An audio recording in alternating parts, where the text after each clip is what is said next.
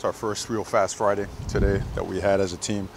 You know, some things look sharp and some things need work, but we are progressing. Items for you guys, after consulting with campus and our administration, both Jamal Hill and DJ James have been reinstated for practice purposes, and they will not be available for the Fresno State game. Other item, quarterback-wise, Anthony Brown will be the starter. For us, the number 2 quarterback position is still up for grabs, and those guys will continue to compete. In terms of the corner position, both Dante Manning and Triquez Bridges will continue battling for that. They've been co-starters the entire camp. They're doing a good job competing, continue to get better. So we're going to let that competition continue to roll as well. So questions, please. For DJ and Jamal, you say limited to practice, but they're able to do other team activities, just not playing games. Is that correct? They're practicing with us, and they will not be available for the Fresno State game. They're in like meeting rooms and all that stuff too? Practice and meetings, yes. What will go into the decision for the backup QB spot at this point, Mario? What more do you need to see to make that determination? It's tight, you know. It's tight, and they do things well. They're progressing. It feels like one day one's ahead of the others. You know, you're running out of reps, and it becomes a real tight situation, not only from the game is coming, but from the reps available to let it play itself out. So we got to make a decision, and we got to be able to handle it as a team, and the guys got to be able to handle it and keep working, keep getting better to be someone that could help this football team. In terms of Jalen Redd, we haven't asked you much about him because obviously he started off camp at limited capacity, but as he works his way back, we talk about those super seniors. It's only him and Johnny who've been here the whole time. What have you seen from Jalen in terms of preparation for this last ride season? Yeah, he's really close to game ready, and he will be game ready. You know, whenever you have an injury, you know, you want to do what's best for the young man. You want to make sure when he gets back that he's back for the long haul. A lot of times when you prepare a guy from a return to play standpoint, if you cut that process short or you cheat it, you typically have chronic issues. And his process has been excellent. He's looked really, really sharp.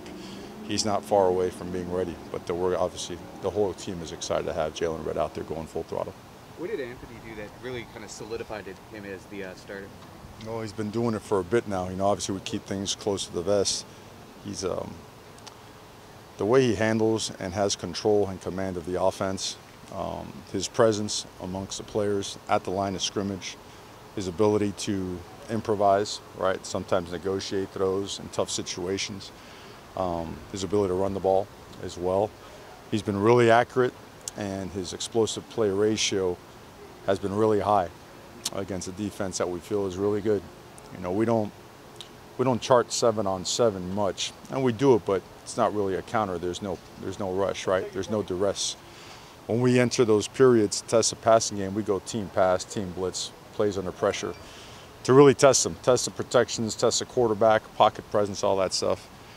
Anthony's done a great job, you know, and quite frankly, he's a starter because he's done a great job, and the other ones are battling for that other spot because they've done a great job as well.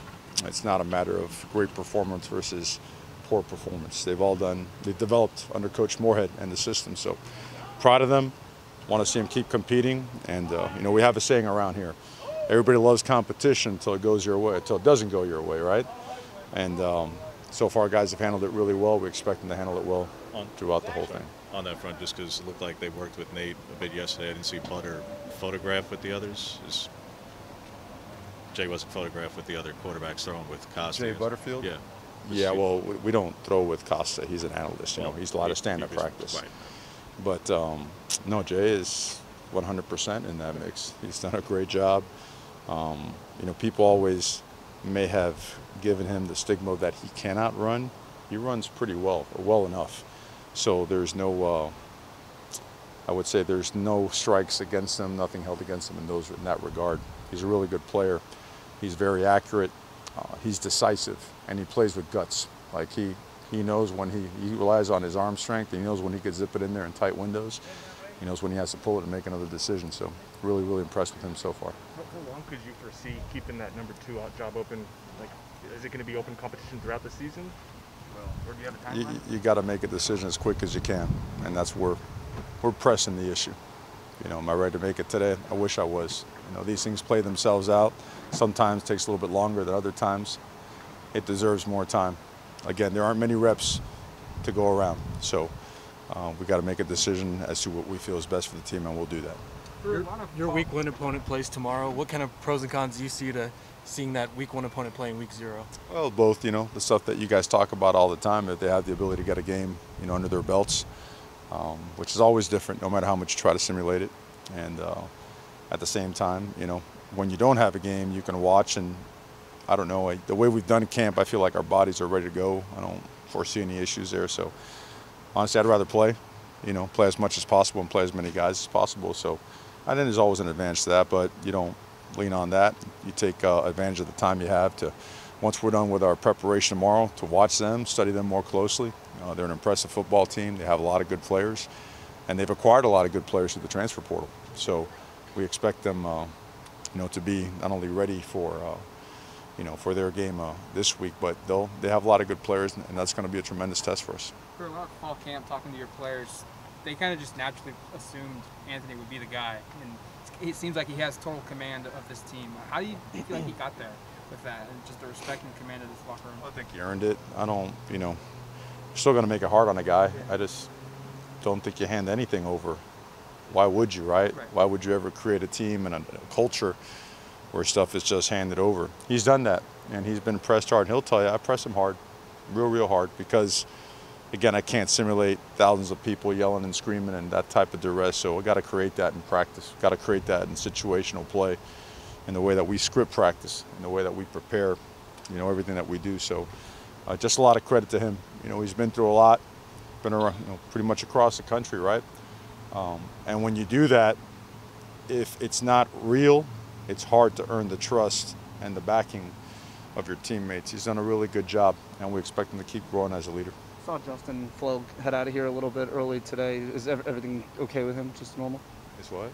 Justin Flo headed out of here a little bit early today. Is everything good with him? Yes, he's okay.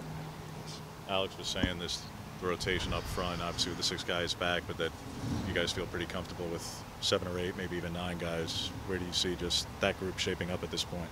Battles everywhere. Truly, just great job with development with those guys. Coach Mario, Kirk's done a good job helping him out as well. Those guys have had a tremendous foundation last season and the off season. This Alex Forsyth, we don't talk about him enough, and we need to. That guy epitomizes what football is about. He epitomizes a leader, a captain, a tough guy, resiliency. I mean, you name it, he's got it. And he's helped forge a very strong room, a very culture-oriented room. So he's confident in everybody around them. We've cross-trained everybody. What that number is, I don't know. We're going to let those guys battle out. Today we had our developmental scrimmage, so a lot of guys got reps out there, guys that are going to be playing on Saturday, but we still rep them as part of that developmental scrimmage because they still need reps, and they got them today. And so I think that'll shake out a little bit more by Wednesday. By Wednesday of next week, when we're done with practice, I think that part of the chart will be a lot clearer. You mentioned some of the quarterbacks and the fallout of some decisions you have to make. How did just the team in general respond to being notified of some starters and all that?